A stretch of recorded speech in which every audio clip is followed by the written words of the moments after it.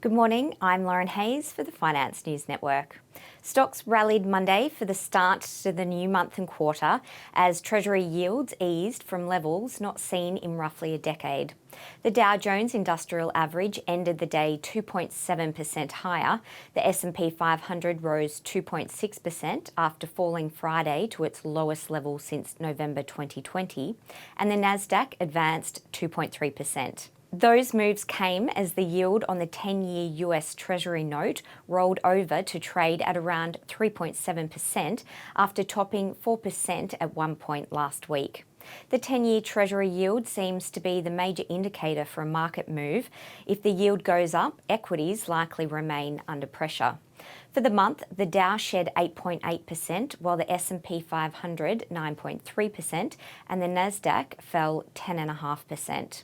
For the quarter, the Dow fell 6.7% to notch a three-quarter losing streak for the first time since the third quarter of 2015. The S&P fell 5.3% and the Nasdaq 4.1% to finish their third consecutive negative quarter for the first time since 2009. As the new quarter kicks off, all S&P 500 sectors sit at least 13% off their 52-week highs. 9 sectors finished the quarter in negative territory.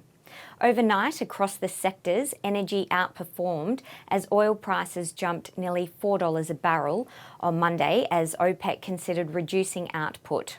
Shares in oil majors ExxonMobil Corp and Chevron Corp rose more than 5.5%.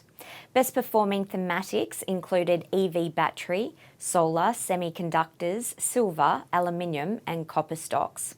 In company-specific news, Tesla shares were on the back foot after the company's output numbers, a record, missed lofty Wall Street expectations. Shares of Tesla slipped 8.6%.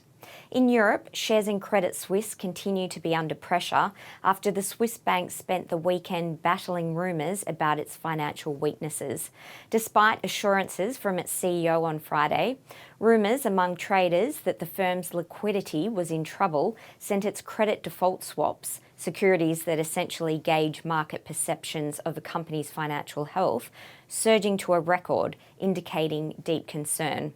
And in gaming company news, the Saudi Arabian gaming group, the Savvy Gaming Group, plans to spend $37.8 billion to acquire, build and invest in gaming companies. In currency news, the pound edged higher and UK borrowing costs fell after the British government abandoned a controversial tax cut for the rich. In currency news, $1 Australian dollar is buying 65.17 US cents. On the commodities front, gold prices jumped more than 2% on Monday, boosted by a dip in the US dollar and bond yields.